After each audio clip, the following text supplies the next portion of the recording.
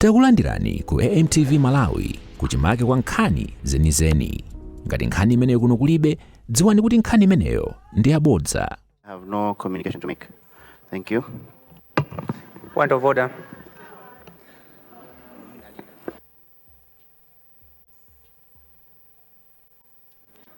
I see leader of opposition. Thank you very much, Honorable Speaker. Honorable Speaker, I wanted to draw your attention because I wanted to bring an issue under Standing Order 73.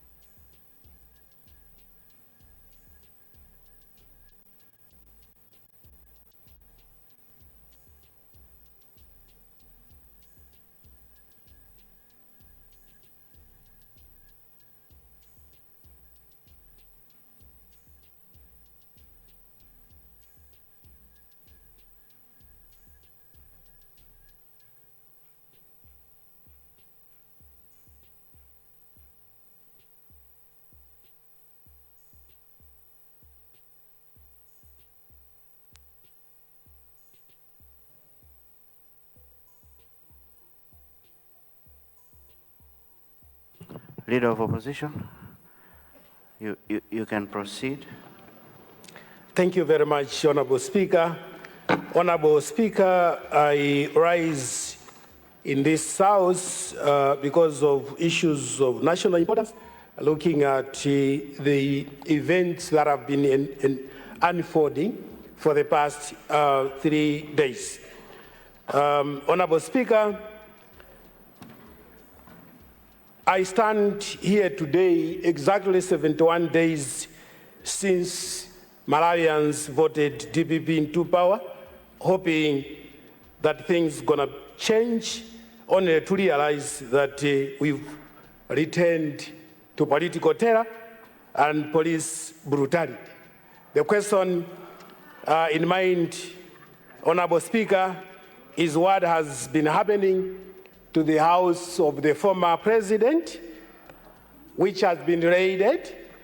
We understand there might be issues, and there might also be legal procedures that would be followed. But of great concern, Your Excellency, your right, Honorable Speaker, is the way the house has been raided.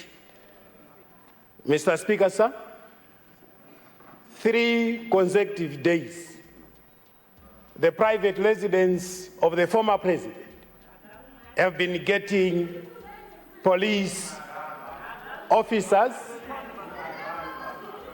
without necessarily explaining why they are there. Mr. Speaker, sir, I would like to draw attention of the House that the power to govern is borrowed from Malawians from Section 5, 6, and 7 of our Constitution, and it has got conditionalities attached. And as politicians, we all know what those conditionalities could be, and when these powers are used and utilized wrongly, to inflict pain on the very Malawians. Malawians withdraw it silently through the ballot. I would like to remind this House that my dear brother, Honorable MP for Cholo Cento, whilst sitting on this side, once advised us that if you longly use power, Malawians would actually withdraw the power. Today, it is us... Honorable Leader of Opposition, I want to draw you to your standing order, which you used. I'm sure we are all on the same standing order. Honorable Leader of Opposition, I will not allow you to proceed with that matter. One, you were supposed to seek prior leave from my office, which you did not. Two, you are bringing a controversial matter, which according to that standing order does not allow. Three, I understand there's a search warrant, and that now rests in the hands of the courts. We can't be discussing here issues that are in court. That's my ruling on that one. Thank you. Point of order. Point of order. Thank you. Your constituency? Lilongwe Sinja South constituency. Right. Lilongwe City South. What's gone out of order? Right Honorable Speaker, through your office, I would like to request this House for a supplementary order paper so that we include Bill number 2 of 2025, constitutional amendment that was circulated to the members of National Table on Thursday, 20th November 2025. I submit, Honorable Speaker, being private members' day. Thank you very much. Honour members, we have a motion on the floor, as read by Lilongwe City South, that we vary today's order paper in order to allow a supplementary. Oh, Lilongwe Sinja South. Okay. In order to allow for a supplementary order paper to be prepared, so that we tackle Bill number 2. Now I put the question. Those of that opinion say aye. Aye. Those of the contrary view say no. The ayes have it and the motion is carried.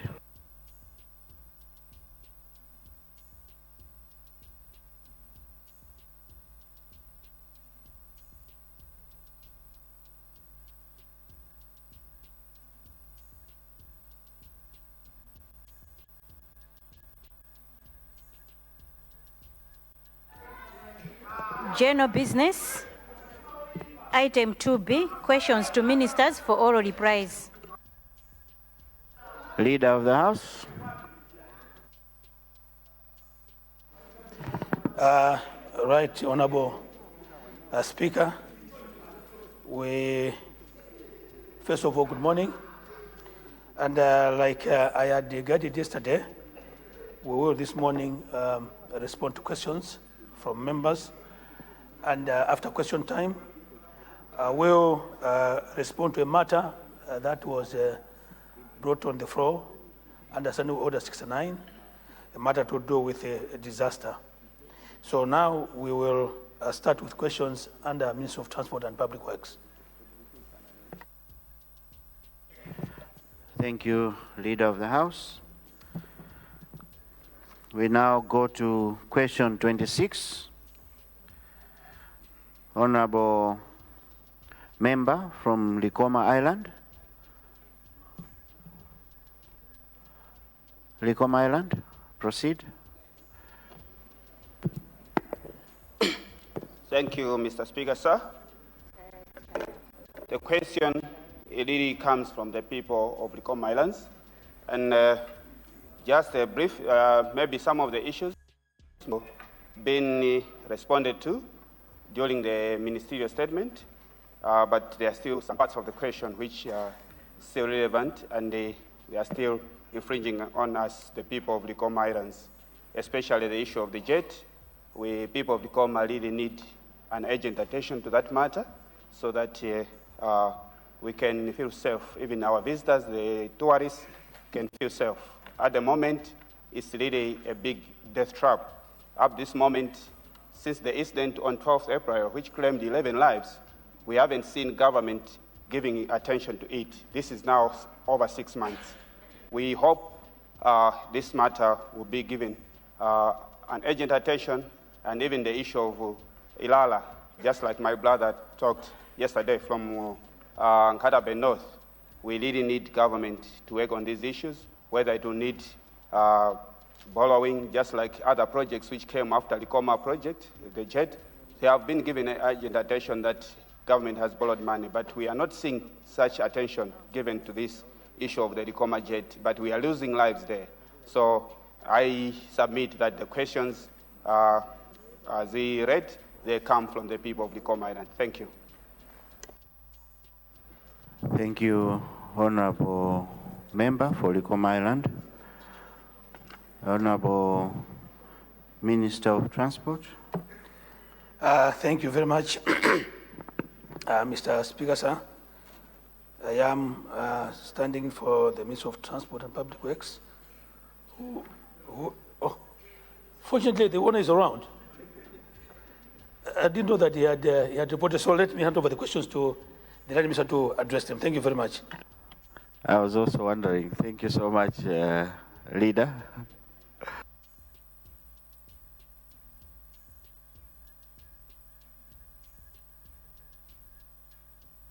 The Zagashina, it was about the same. You're very observant nowadays. Minister of Transport.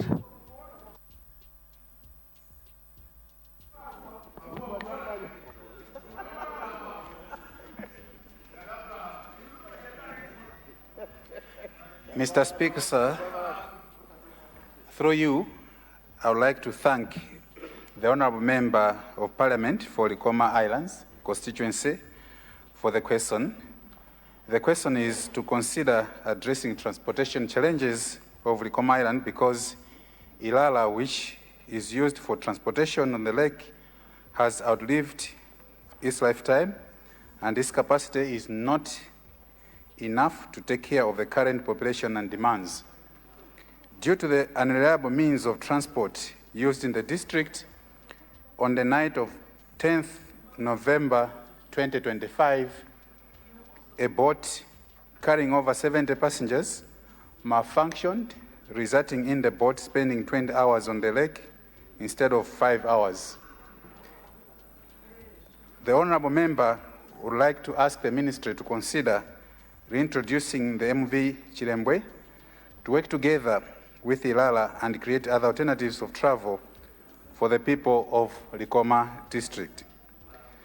Mr. Speaker, sir, my ministry is aware of the challenges faced by the people of Likoma and all communities reliant on maritime transport for their livelihood. My ministry is also aware of the incident on the night of 10th November 2025. All measures are being put in place to avoid the recurrence of similar incidences. As a matter of fact, Mr. Speaker, sir, this afternoon I'll be having a separate meeting with the owners of MV Chilembwe to consider reintroducing MV Chilembwe on Lake Malawi. MV Chilembwe is a property of Motor Angel, such that the vessel is not among the properties handed back to government during the mutual termination of the concession agreement. So the meeting that I'll be having with Motor Angels today is to consider, besides this vessel not having been given back to the government, to look at alternatives for which this vessel can be put to use to ease transportation challenges that people of Likoma are facing. So government is currently negotiating with Motor Angel on how best this can be resolved so that MV Chilembwe can be used within the shortest time possible. Motor Angel, Mr. Speaker, sir, offered government to buy MV Chilembwe. However, it should be noted that Chilembwe is not a passenger ship. It is a crew supplier with capacity of 100 crew, with no space for passengers, and their carry-on cargo. The ship is not ideal for Lake Malawi traffic. So far, government has declined the offer on the basis that Chilembwe is not a passenger ship. So for optimal value for money, an ideal passenger ship will be procured as MV Ilala replacement. Mr. Speaker, sir, in addition, two smaller passenger ships the size of MV Chambo are being considered for procurement to operate on the Nkata Bay, Chizumulu and Likoma, Nkhotakota and Mankibe Makanjira Senga Bay routes as stipulated in the National Transport Master Plan. The operational cost of Chilembwe is very high. As such, passengers are expected to pay very high fares as compared to the current fares on MV Ilala. I thank you very much, Mr. Speaker, sir. And the second question, Mr. Speaker, sir, is to provide information on when government will complete Likoma Jete to avoid losing more lives, such as the 11 lives that were lost on the 12th of April 2025. Mr. Speaker, sir, through you, I would like to once again thank the honorable member from Likoma Islands constituency for the question. Mr. Speaker, sir, I would like to inform the people of Likoma Island and indeed the country at large that Likoma Port project currently stands at 90% completion. This project, Mr. Speaker, sir, remains a top priority for the government. The contractor requires an additional 5 billion for the completion of the remaining works. Mr. Speaker, sir, in the current 2025-2026 financial year budget, only 2 billion was allocated, from which the contractor has already been paid 1.850 billion. My ministry has engaged Ministry of Finance, particularly Treasury, for additional funding so that the contractor goes back to the site to complete the remaining works. Mr. Speaker, sir, the projected period of completion for this project will be determined once the contractor goes back on site to resume works. I submit, Mr. Speaker, sir. Thank you very much.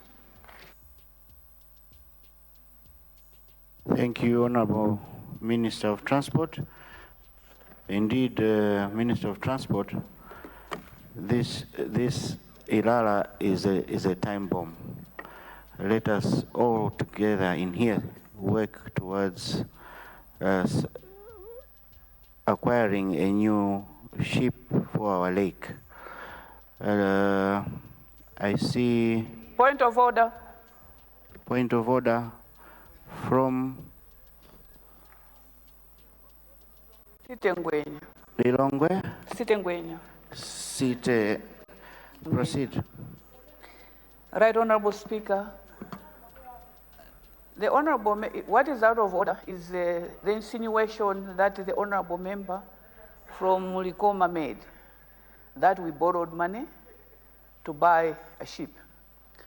That is not the case, and I think the Minister of Transport, if he checks his records, he will know that we never borrowed any money.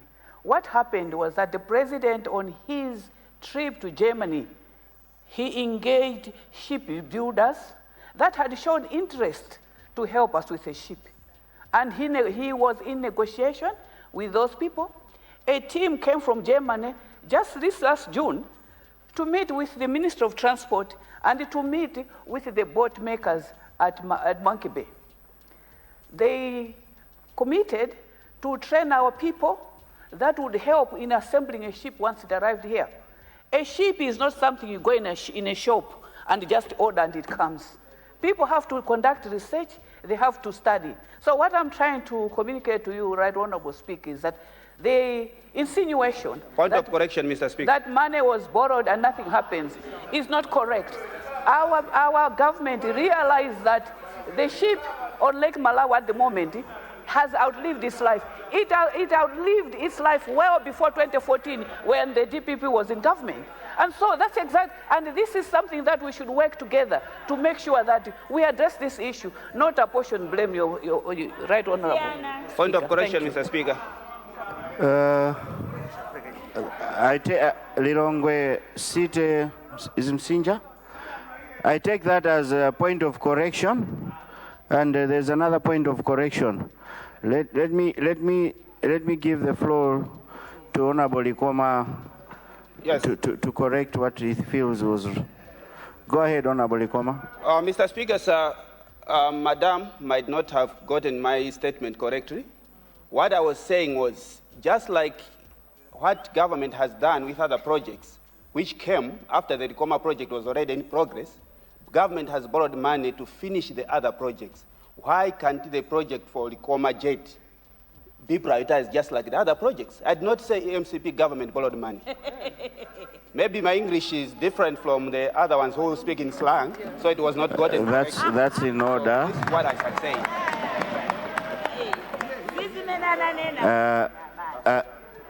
Thank you, Honorable Likoma Island. I think you've made your correction. Yes. Do you have a supplementary question? Supplementary to what the minister said.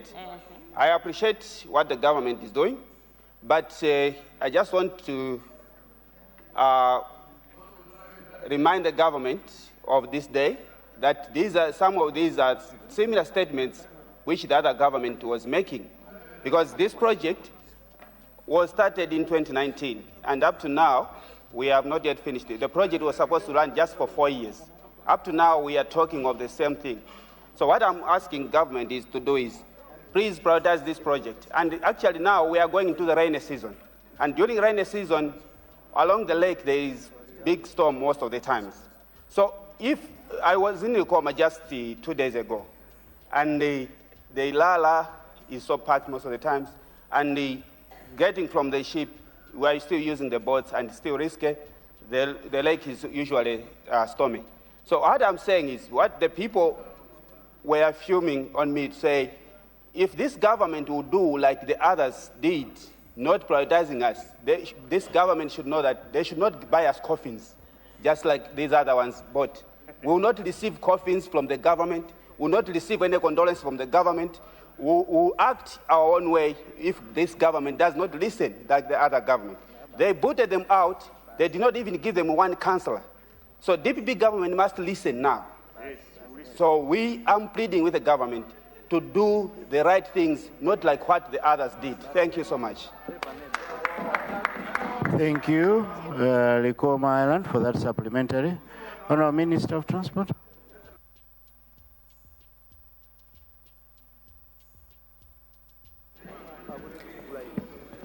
Thank you very much, Mr. Speaker, sir. Let me assure the honourable member for Likoma Island's constituency that the DPP government is very different from the other government, because the project that started in 2019, the honourable member is aware that it wasn't the DPP government that was in government the past 5 years. This government, and indeed through this Ministry of Transport and Public Works, it is our commitment to ensure that we proceed with the program of procuring a replacement of Ilala, and at the same time to complete the Likoma port, which, as I reported in my response, that it currently stands at 90%.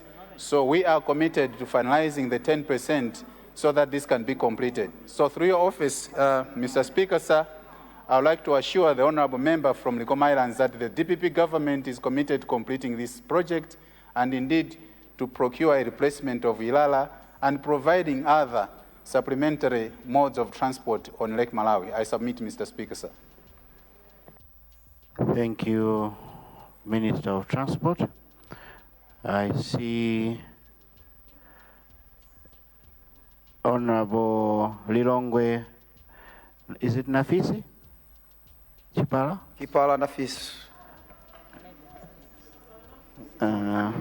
It's just a question. Thank you very much. I'll also, 1 second. I'll also take one from Salima. Central West. Salima? Central West. Central West. Okay, I'll take those two for now.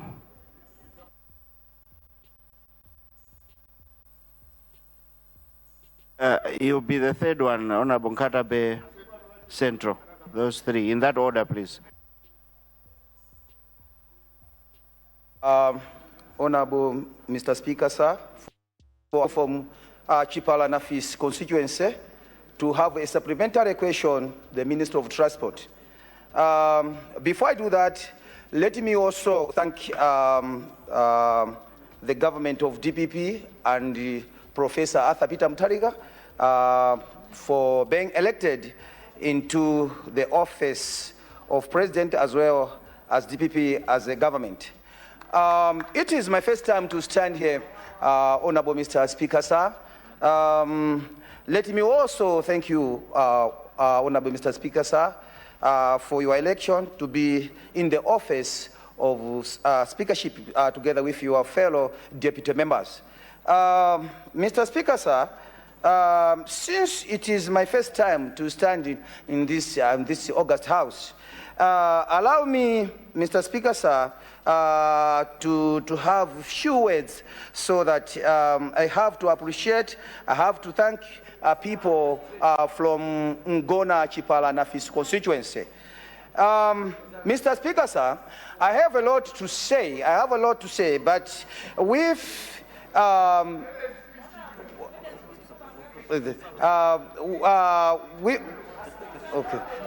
Okay, thank you, Mr. Speaker, sir.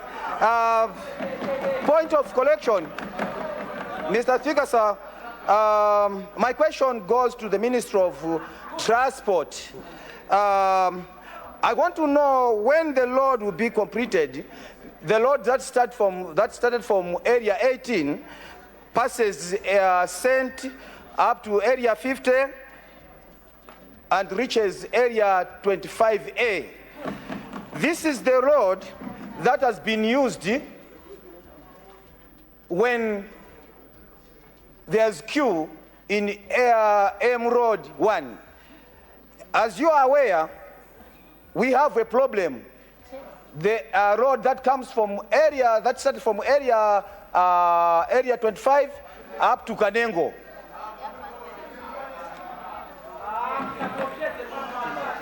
Honorable member. This road was started some months ago, but Mr. Speaker, sir, on 16th, when the government of DPP won the election, the contractor has left the road.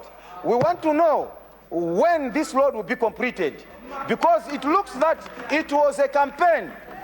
Once this government, MCP left the government, the contractor has stopped, and we want to know exactly what happened. If the contractor was fully paid, we want to follow the contractor very well. Thank you very much, Mr. Speaker, sir.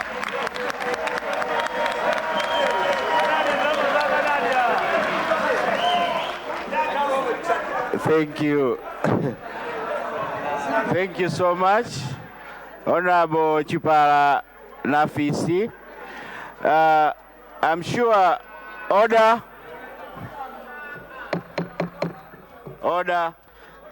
I'm sure the minister has taken note. Although the issue on the floor, honourable members, can I have order? Can I please have order? The issue on the floor was about water transport, and you brought the land road. But I'm sure the minister has an answer for that. He will respond. Let me now go to point of order. Your constituency, Honorable? Nchinji Northeast. Nchinji Northeast, what's gone out of order? Thank you, Right Honorable Mr. Speaker, sir. Is it in order, Mr. Speaker, sir, to say erection instead of election? Is it in order? Thank you, Right Honorable Speaker, sir.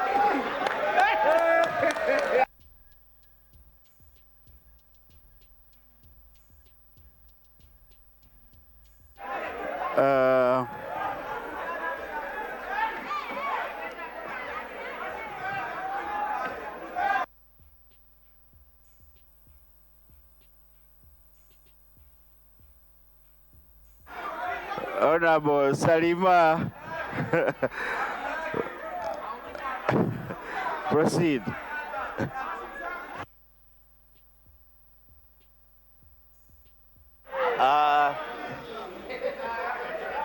Thank you so much.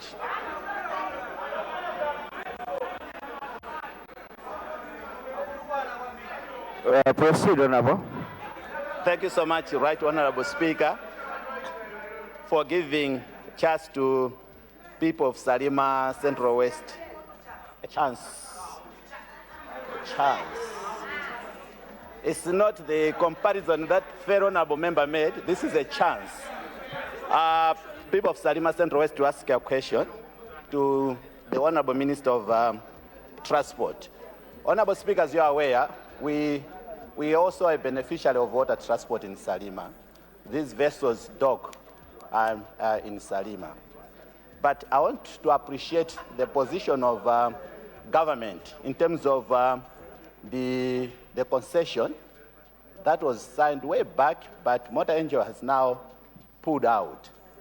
Within that concession, there are vessels like Ilala, Katundu, Kalonga, but within the purchase, there was a balance of $800,000 US that Motor Angel was supposed to pay to Malawi government. And since they have pulled out, what is going to happen with that outstanding balance that they benefited, and that money should have benefited us as Malawians? That has not been paid. And what is going to happen with these vessels out of that pulled out concession that Motor Angel initiated? Thank you so much, Honorable Speaker, sir. Thank you, Salima Central West. I'll take the last one from Nkata Bay Central.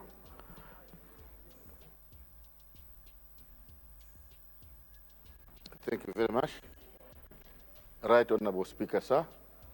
I want to ask the Honorable Kind Minister of Transport and Public Infrastructure.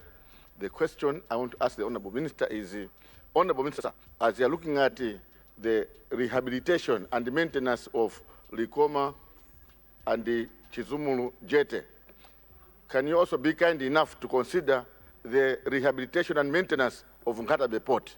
Thank you very much, Honorable Speaker, sir.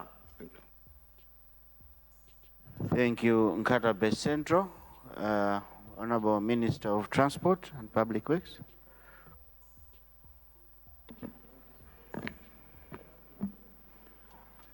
Thank you very much, Mr. Speaker, sir. And through you, let me thank the honorable member for Lilongwe Chipala Nafisi.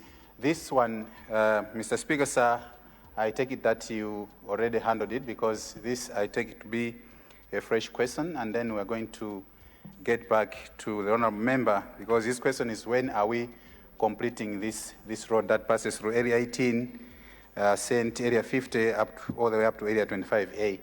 So I'll get back to this House with an update on when we hope we are going to complete this road project.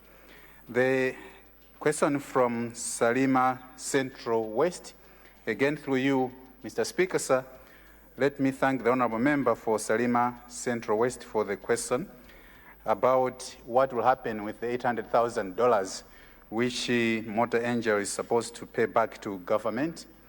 Again, Mr. Speaker, sir, certainly, if we establish that there is this amount outstanding and payable back to the government of Malawi, we'll have to get back to Motor Angel so that they get to pay if this is a legitimate liability that Motor Angel has got to make good to the government of Malawi. What will happen to the vessels that went into the concession arrangement? As I mentioned earlier on in my response, Mr. Speaker, sir, that just like with MV Chilembwe, we are into discussions with the Motor Angel to look at the possible alternatives through which these vessels can also be put to good use for the benefit of the country, Malawi. The question from Nkatabe Central, again through you, Mr. Speaker, sir, let me thank the honorable member from Nkatabe Central that my ministry should also consider rehabilitation of the Nkatabe port as we are rehabilitating and maintaining the Likoma port. So through you, Mr. Speaker, sir, I would like to say that we've taken note of this, and whilst we are working on improving the inland water transport system, we are also going to seriously consider rehabilitating and maintaining the Nkatabe port as put to us by the honorable member for Nkatabe Central. I submit, Mr. Speaker, sir. Thank you. Thank you, Honorable Minister of Transport. There's a casino. What's gone out of order? Mr. Speaker, sir, good morning. It's a very lovely Thursday morning, and this is a House of Honor which you chair as our Speaker. It is for this reason that today, being a private member's day, we waive all standing orders to allow the House to debate the supplementary order paper which has been secreted, tackling private members' bill number 2 of 2025.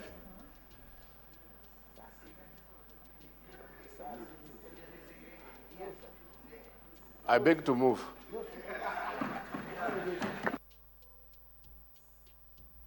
I had not yet seen the revised.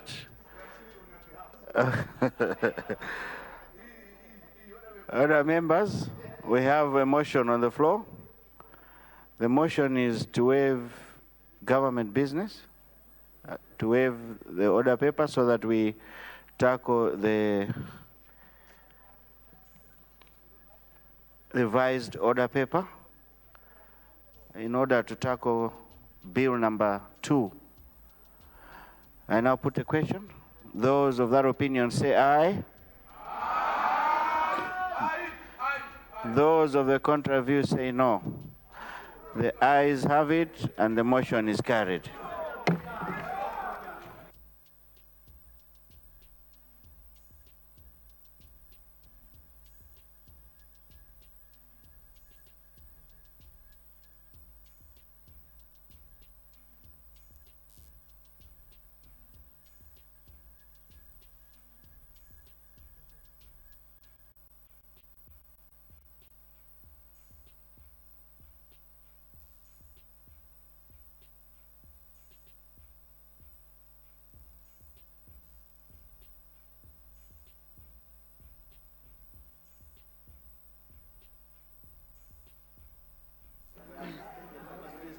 Supplementary order paper, private members' business,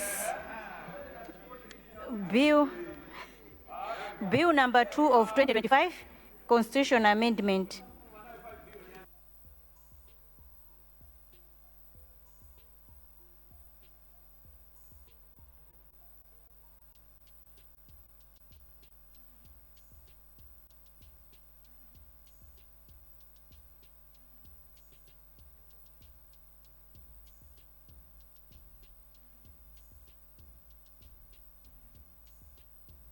Honorable member for Nzimba South, when is second reading when? Today and now. But okay. But Mr.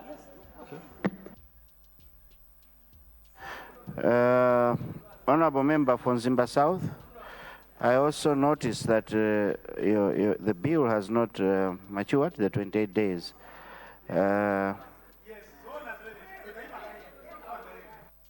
Thank you so much, Mr. Speaker, for that guidance. I beg to move that the notice period for secretion of bill number 2 of 2025 be waived in order to allow the House to consider this bill because of its agency.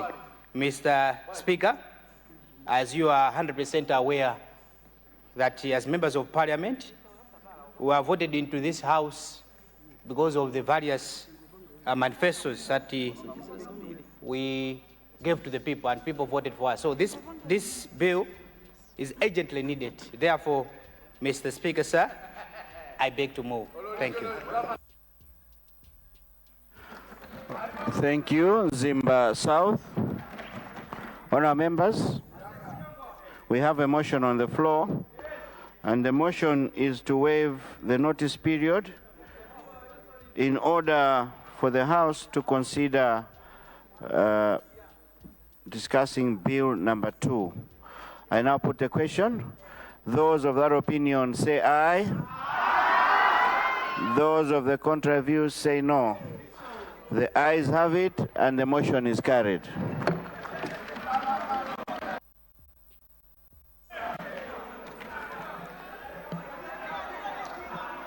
Second reading, Private Members Bill number 2 of 2025, Constitution Amendment.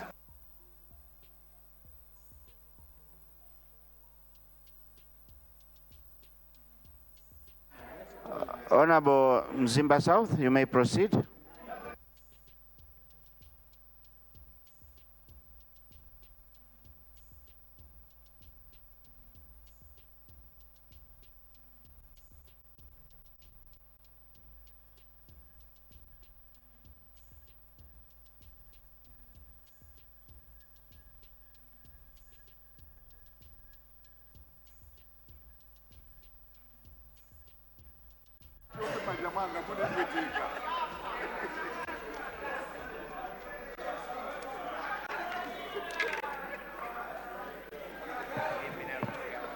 Mr.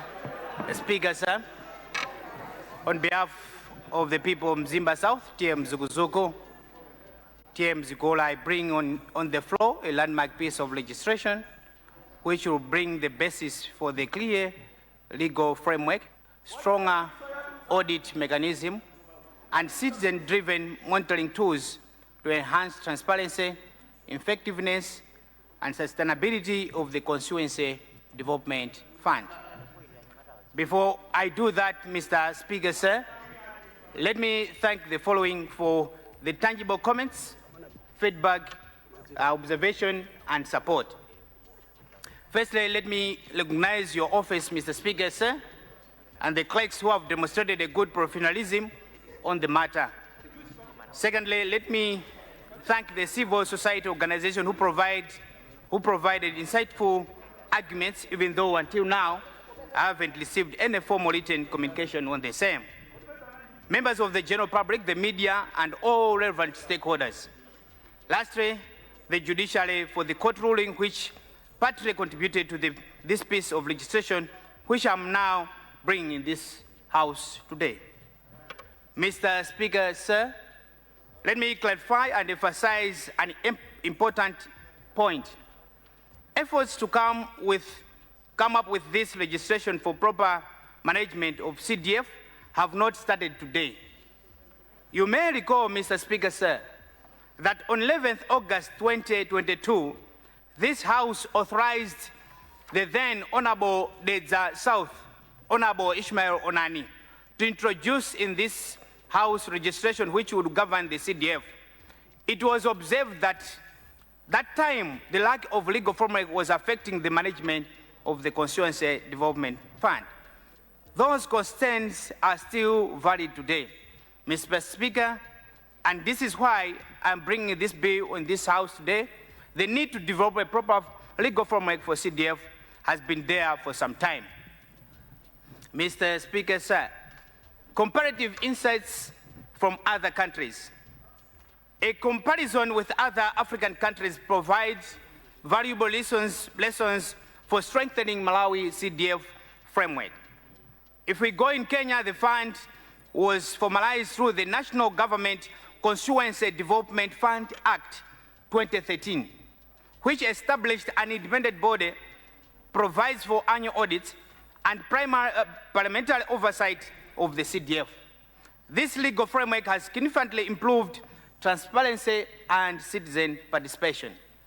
If we go to Zambia, Mr. Speaker, sir, the CDF is established in the Constitution.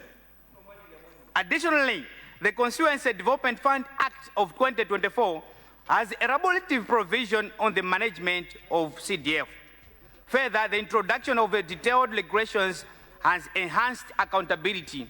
In Zambia, Mr. Speaker, sir, CDF has evolved into a major tool for local development, with allocation reaching Zambian kwacha 40 million per constituency.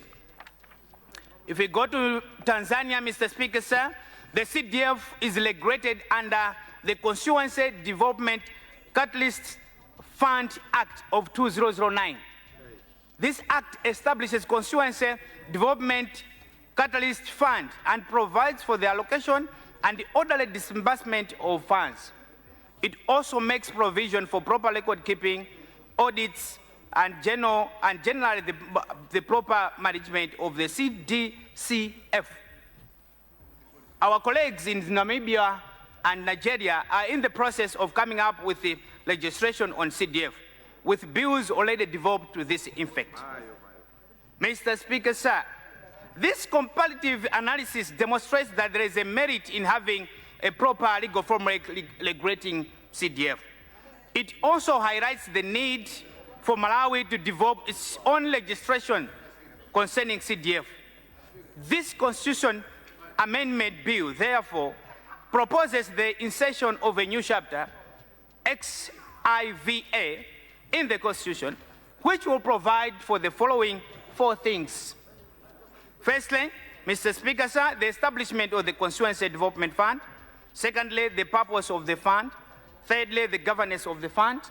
Fourthly, the guiding principles for governance, management, and utilization of the fund. Mr. Speaker, sir, this fund will be used to finance implementation of community projects and payment of administrative and other expenses. An important feature of this bill, Mr. Speaker, sir, are the guiding principles concerning the management of the CDF. These are transparency, efficiency, and accountability, and at the heart of all, it is community ownership and empowerment. Mr. Speaker, sir, let me emphasize that this is not the end of the matter. We recognize that this provision in the Constitution will not be sufficient. We will very soon come to this House again with the CDF bill, which will build on this constitutional provision and provide a more detailed management of CDF. This constitutional amendment may lays a very important foundation in our country's CDF legal framework. I wish to stress, Mr. Speaker, sir, that during the period in which we will be processing CDF bill, I, in collaboration with the Legal Affairs Committee, will make thorough consultation on this bill with all relevant stakeholders in the country. This will ensure that the views from these key stakeholders are incorporated in the draft bill before it is brought in this August House for consideration and adoption. Mr. Speaker, sir, may I therefore appeal to all stakeholders, especially those who vested interest in this matter, to hold on their patience to the time the consultation will be undertaken.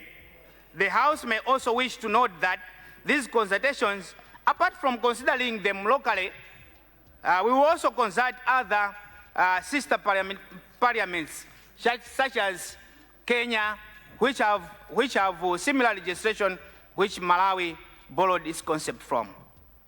Mr. Speaker, sir, may I therefore appeal to all honorable members of Parliament to support this bill and the other supporting bills which will come thereafter. Therefore, Mr. Speaker, sir, I beg to move that this bill be acceptable by this House, this honorable House. Mr. Speaker, I beg to move. Thank you.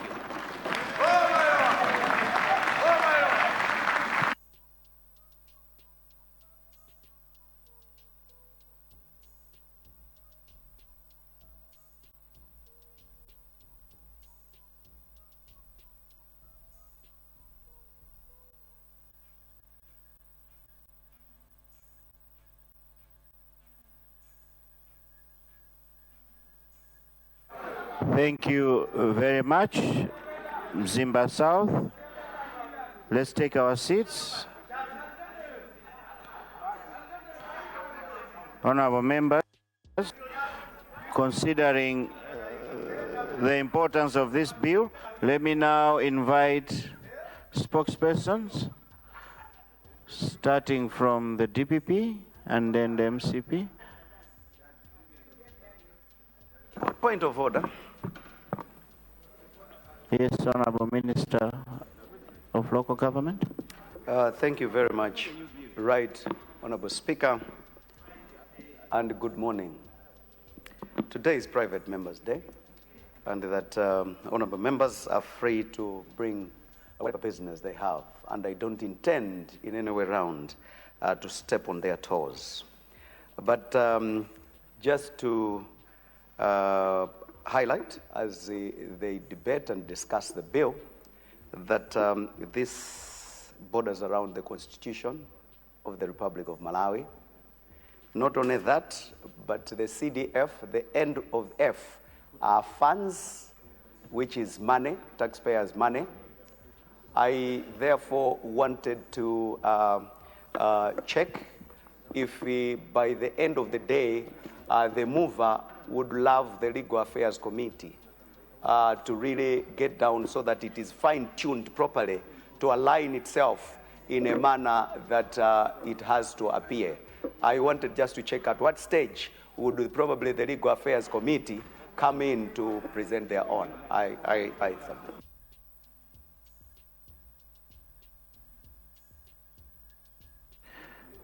Honorable Minister of Local Government, do I take this as a contribution from the DPP? A point of order. Just to check where we would move, whether Legal Affairs would be involved or not at some point. But it is not a contribution from the DPP. No, the procedure was that DPP spokesperson says something, and then MCP spokesperson, being the major parties. And then after that, I was going to invite the chair for the Legal Affairs Committee to give us their position. So I was just going according to the procedure. Leader, are you rising or that's done? Okay, can I please have a spokesperson from the DPP?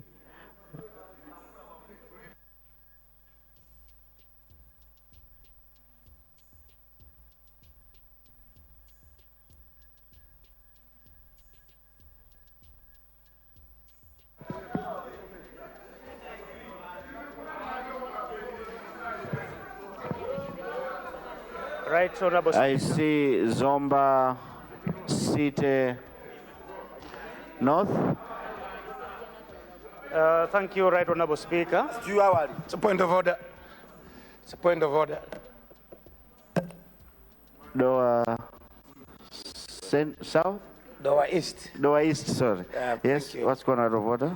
Good morning, Right Honorable. This is a bill, and therefore it may please the front bench, the ministers, to respond other than the member.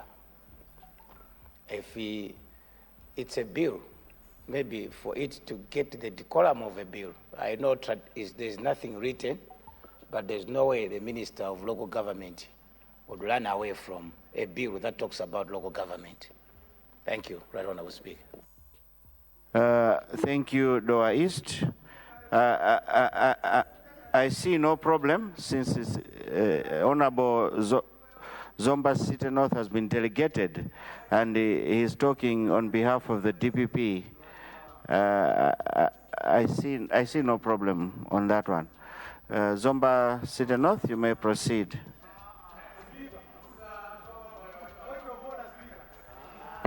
Thank you, Right Honorable Speaker, for according the people of Zomba Central to add a voice on the bill that is on the floor, CDF bill. On behalf of the mighty Democratic Progressive Party, I'm deeply honored. Honorable, you said Zomba Central, unless Zomba City North. Zomba City North. Yes. Yes. Right Honorable Speaker, on behalf of the mighty Democratic Progressive Party, I stand here to add a voice on the bill which is on the floor.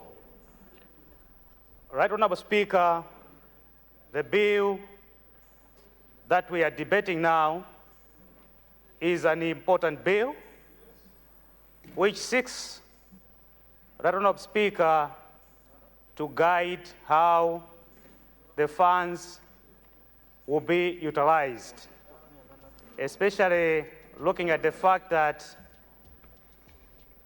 it has to be in a transparent manner whereby the communities where, Right Honorable Speaker, masses would want to have development to be achieved. As such, Right Honorable Speaker, without putting much weight onto the bill itself, we, this side, would like to propose that this bill be referred to the Legal Affairs Committee for further scrutiny. Right Honorable Speaker, I submit. Thank you. Thank you very much. Spokesperson from MCP. Doha East, proceed. Check with your mic first. Thank you. Right Honorable, thank you. And first of all, let me thank the leadership from this side to allow me to respond to this important bill. Today I stand to continue and pray that the spirit of Right Honorable Martha Lungi continues to rest in peace. The Right Honorable Speaker, the late Martha Lungi was the one who brought the motion in the House when the members then felt it necessary that there was need for equal distribution of resources across the country, but also to make sure that critical matters that affect constituencies be attended to. May I also take this chance, through you, Right Honorable Speaker, to thank the following. When the Right Honorable Martha Lungi was introducing this, we had the Right Professor Bingwa Mutharika, the President, who supported and gave resources to the nation through the Constituency Development Fund. After that, there came Madam Dr. Joyce Banda, who did the same. From there, Professor Peter Mutharika, the current President of the Republic of Malawi, supported the Constituency Development Fund the entire time he was a leader. After Professor Peter Mutharika, Dr. Lazarus Makafe Chakwera actually did the same to make sure that there was provision of resources and to make sure that there is an increase for the first time from about 29 million to 200 million. The need was seen when our colleagues took government 2 months or 3 months, 2.5 months ago. In one of the statements made by Professor Peter Mutharika, the State President of the Republic of Malawi, was the continuity of the CDF. And that is demonstrated even in the manifesto of the Democratic Progressive Party, which talks about 5 billion kwacha being introduced as a constituency development fund. Right Honorable, you were here as a chair of Agriculture Committee when 2 years ago we amended the Constitution of the Republic of Malawi. In time memorial, we had one constitutional obligation, which was legislation.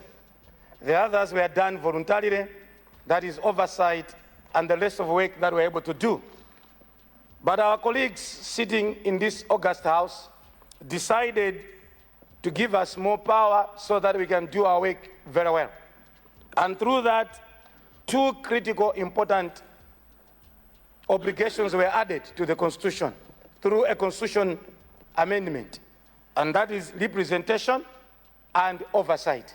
Much as these were done in the past without any constitutional obligation or indeed any authority driven from our legal instruments, this time around the members seated in this August House decided that whatever work we are going to do should be reinforced and should be given the mandate from our own constitution. Honorable Speaker, I'm saying this because you cannot be called a representative of the people when you cannot represent them in helping them to get the development they need at constitutional level. What is representation if you cannot represent them at council level and decide what must happen in the constituency that we are chosen and elected? What is representation, Right Honorable Speaker, if representation means only coming here and say, get the 5 billion and do whatever you want to do, I will not be able to see and even have something to say over those resources. Imagine. Right Honorable Speaker, I'm here with some knowledge that the nation has been brainwashed with news that members of parliament abuse resources. And that's what has taken center stage. There are even some that have commented about this, even without knowledge. Let me be honest with you. If resources have been abused in the country, it's not only through CDF alone. Even the district development fund, yes, even local development fund, yes, even all other resources, yes, in the country. It is not only the constituency development fund. Right Honorable Speaker, there's also been an insinuation out there, and I'm calling it an insinuation because it's not everybody. People think that members of parliament work with money in their pockets. People think that members of parliament write checks. People think that members of parliament go and correct quotations. People think that members of parliament represses the district commissioners who are controlling officers. All these have been insinuated that we do that work. We have never done that work. We have never done that work. And civil society, some don't even. My background, I worked in the civil society. I've even challenged some of my colleagues, come, let's talk. I have never written a check. I've never solicited quotations. This is work done by the district commissioners, the controlling officers. This is work done by the people that are given those positions. And the CDF, Right Honorable Speaker, goes through the same way any other fund. The Public Finance Management Act also goes through the same thing. CDF is not immune. Members of parliament here will not carry checks. Members of parliament here will not solicit quotations. Members of parliament here will not do anything else. That must be done by our controlling officers. District commissioners are the ones mandated to do that job. But just because people don't want to talk the truth, they have dented everything. Including journalists have written as if we do carry CDF in our bags. We don't do that. Right Honorable Speaker, we don't do that. If we would do that, we would be arrested the following day. No controlling officer would allow a member of parliament to write checks. And I've even heard others saying, CDF with Manjama MP. No, that's not true. The real thing that we want, and I want to say it, and I'm not ashamed, you can write anything about it, I will not change. The real thing we want is anything that happens in my constituency. The people of Doha East elected me as their member. I need to know what is happening in my constituency. I need to know what is happening in my constituency. I need to know what is happening in my constituency.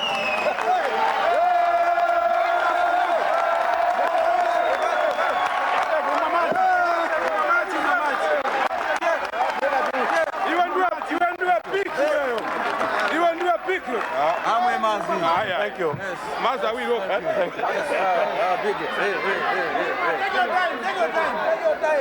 Right Honorable. Right Honorable. Let me talk to the civil society organizations. I don't want to write checks. I don't want to take quotations. I don't want to manage CDF like management. What I want to do as Doha East is to approve development works happening in my constituency. That's what I want to do. And the people that elected me, 25,669, I told them that we are going to do this, we are going to do this. Members of parliament are members of the ADC. The people will still decide, but we have the authority now to say you have decided this and this. As a member of parliament, I choose that there goes a hospital, there goes a bridge, there goes something. That's what we want to do. That's what we want to do. That's what we want to do. That's what we want to do.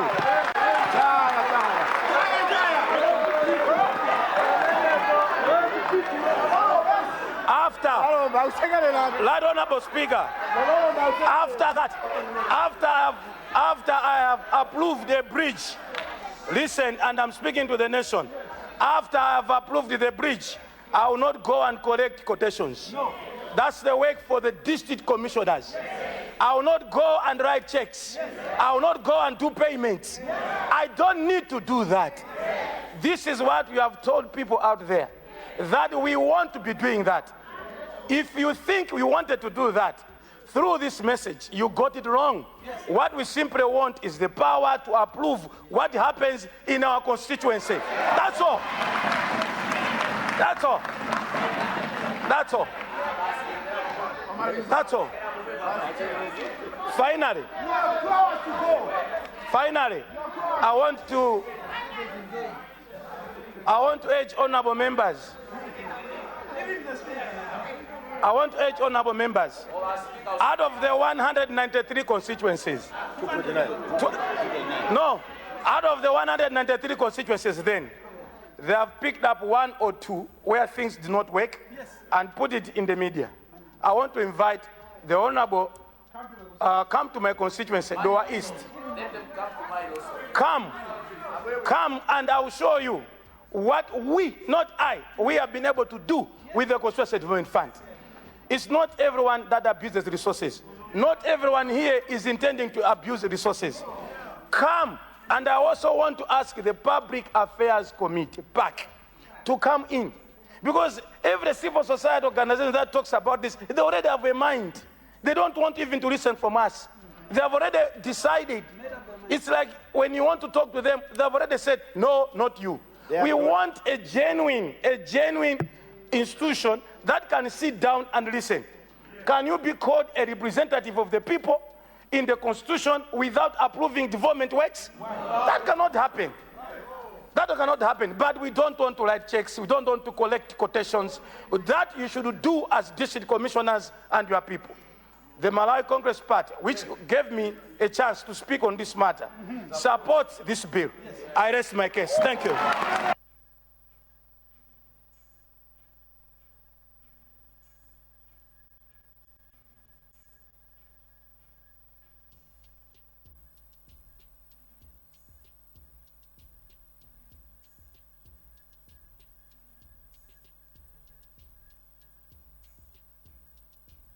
Thank you.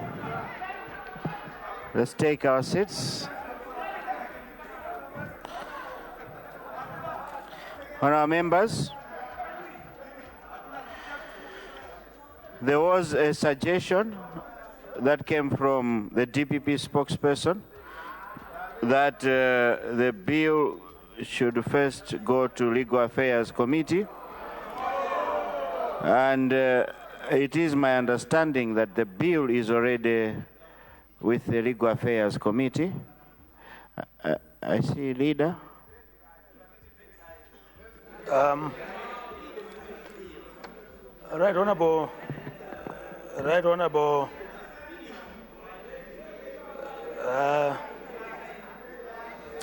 Speaker.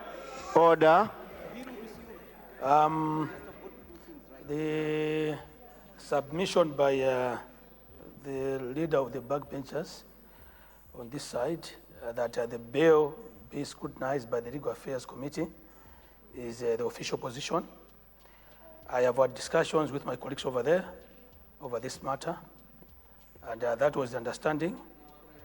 We are all in favor of this bill, but we need to make sure that we follow all of the processes, and therefore we would like to take that route. No one is going against this bill because it is the wish of this House. But let's make sure that we follow all the due processes. I would like to submit, Right Honorable Speaker.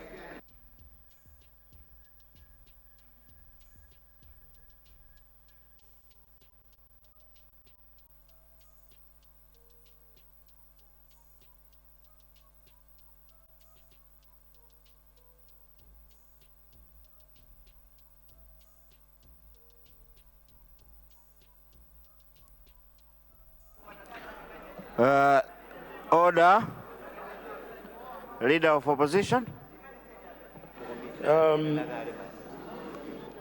Right Honorable Speaker, Legal Affairs Committee is one of the committees of the House, which in my understanding, unless I'm corrected, the House is basically supreme than a committee. But just to make mention, we are yet to meet. I wanted to make that correction. We are yet to meet.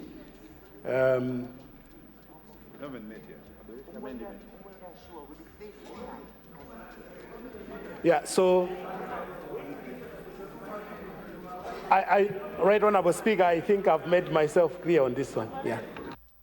Thank you, Leader of Opposition. Indeed, as our own Standing Order 125C reads, and I'll read, before the bill is first read in the Assembly, the clerk shall refer the bill to the relevant committee for consideration. It is my understanding that the bill was already referred to the Legal Affairs Committee, and at this time, allow me to invite the chair for the Legal Affairs Committee to say something about the report.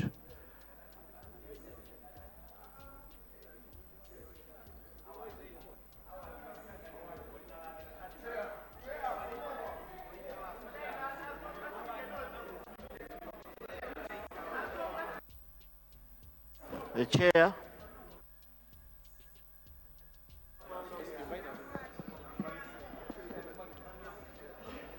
Thank you, Mr. Speaker, sir. We would like to confirm to the House that the bill was referred to the Legal Affairs Committee on last Friday, and the Legal Affairs Committee had a meeting on 24th November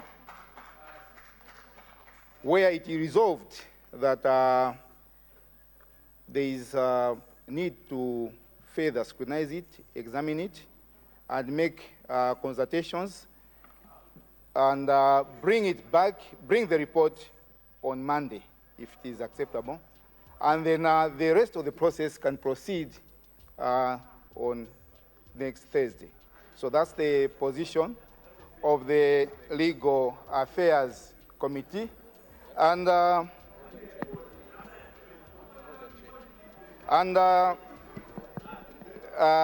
of the members, in fact, is the member of Parliament that has just from the spokesperson from MCP. So the position is it's just this weekend.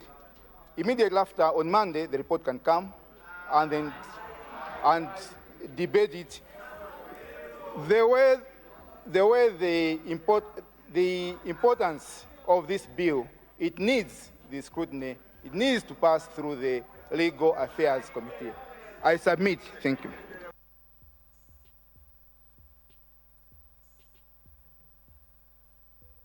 I see Minister of Information. Good morning, Right Honorable Speaker. I rise just to clarify certain issues regarding this proposed bill. Indeed, the bill is very critical, very paramount. The 5 billion proposed Constituency Development Fund is a brainchild of His Excellency Professor Arthur Peter Mutharika, and indeed it requires some registration so that the funds are managed and protected. That said, we want just to assure the members here that they allow the Legal Affairs Committee to finalize scrutinizing the bill. Government is undertaking that next week, at any point, we can allow that the matter proceed, that the report from the Legal Affairs come into this House and we debate and we finalize the processes. I submit, Mr. First Deputy, Mr. Speaker, sir. Thank you. Point of order, Dr. Kasina. Thank you so much, Your Honor, Mr. Speaker, sir.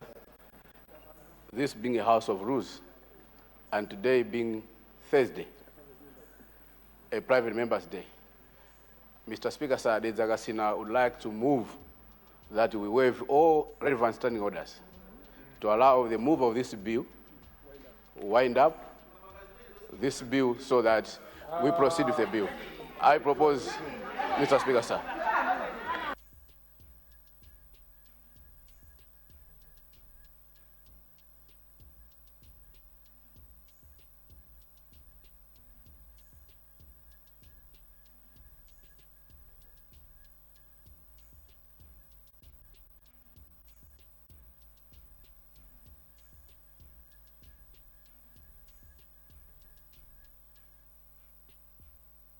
Point of order. Point of order. Point of order. Rumpi West, point of order. Mr. Speaker, sir, the Speaker has not agreed to the motion, so there's a chance. I will make my ruling shortly, but let me hear the point of order from Rumpi West. Mr. Speaker, sir, you can look at the agency of the matter. I propose that the leadership of both sides can meet for 10 minutes and agree that we proceed today. They have to meet. We have passed several monetary bills in this House without any report from a relevant committee.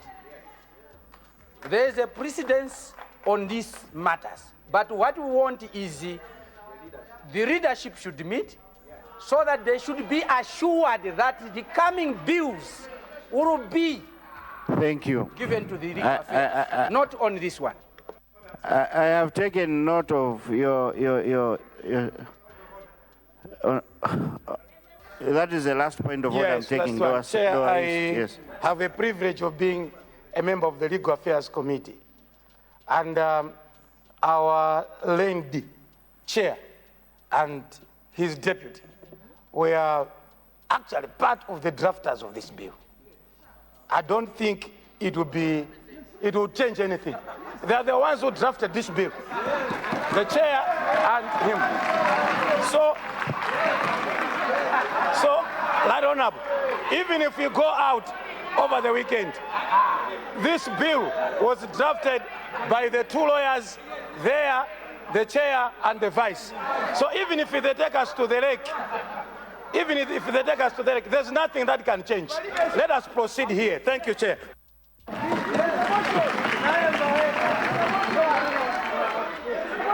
Minister of Local Government. Thank you very much, Right Honorable Speaker. As the undertake has already been done by the leader, I wanted to invite them that it is important for us to pass a bill that will leave the test of time. Done by them. The question of, for example, when you read on what ought to be done, the question of clarity is very important, and that bills must be speaking to each other. When you talk about, for example, management, then you've got the Public Finance Management Act on the other side. How do you reconcile the two?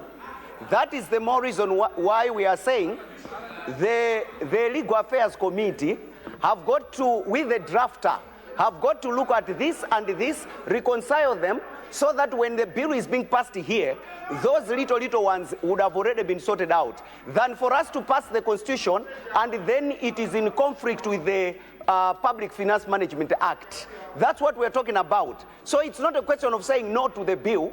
It is a question of making sure the Constitution amendment is speaking to the act this, so that at least either we go the other way around, but we can't proceed this way. I wanted to request that in fact, Right Honorable Speaker, in fact, my ministry officials have already been invited by the Legal Affairs Committee for such discussions. So we've got Ministry of Finance, we've got Ministry of Local Government that have already been invited, so that then they put this thing watertight so that nobody can question anything about it. I wanted just to present it that way.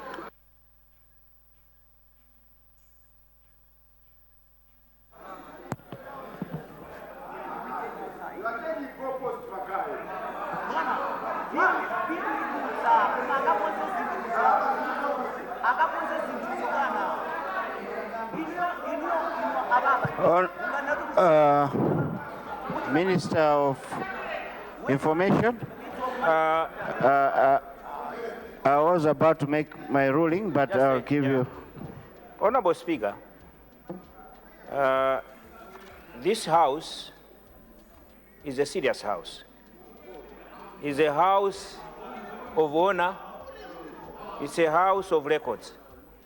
The matter on the floor is a matter that all of us here, we are conflicted. We are interested, all of us.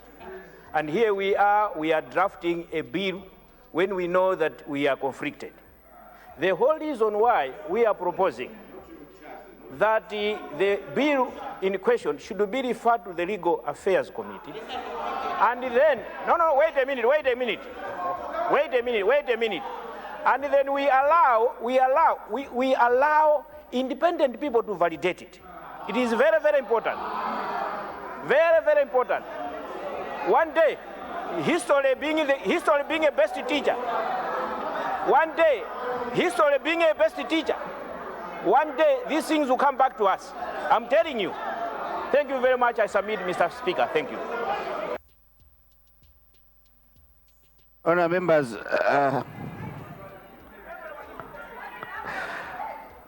the last of the last now. I'll take your point of order.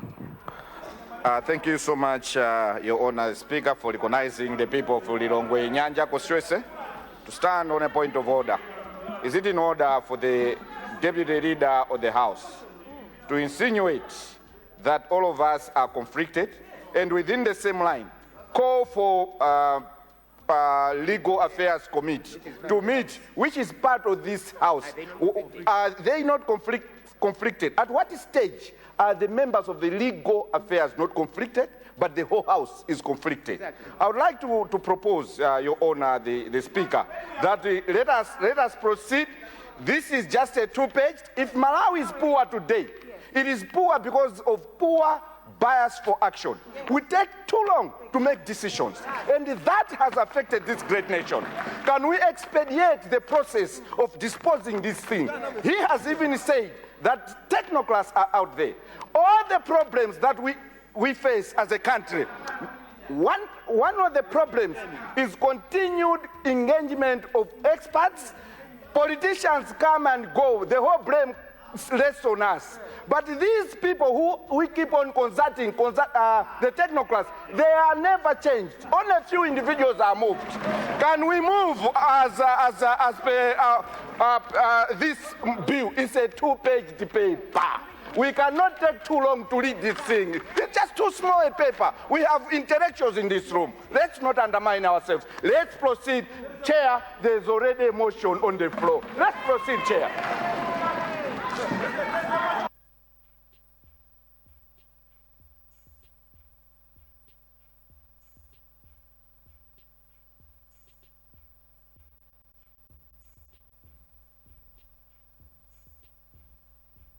Point. Order.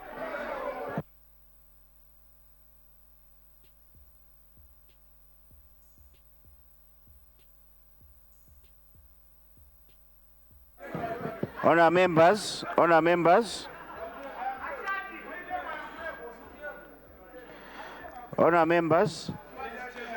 let me make my ruling.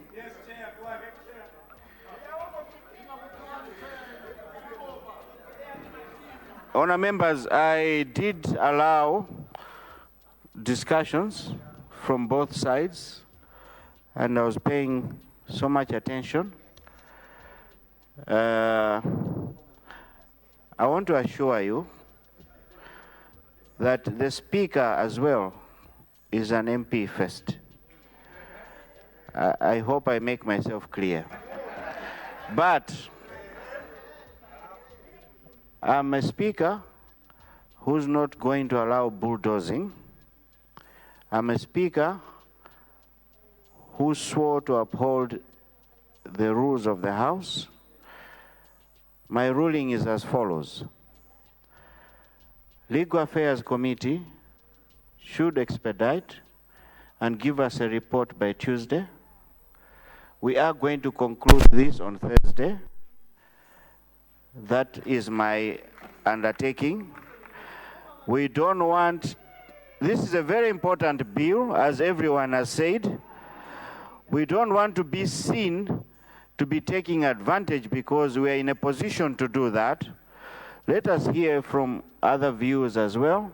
End of the day, we know what we are doing. So as your Speaker, be assured that we will conclude this matter, this bill, on Thursday. It is my plea that the Legal Affairs Committee do all the necessary work, because I cannot act without a report. We cannot proceed without a report. It might look unfair to the other quarters. So that is my ruling, and I declare that. Thank you.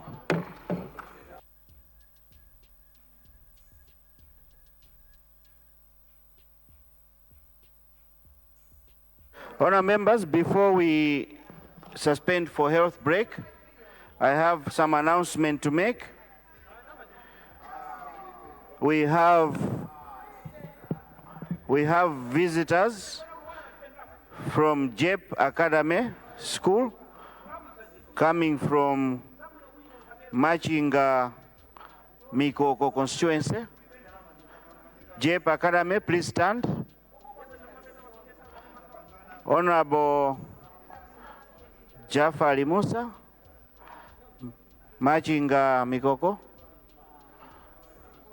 are you in the house?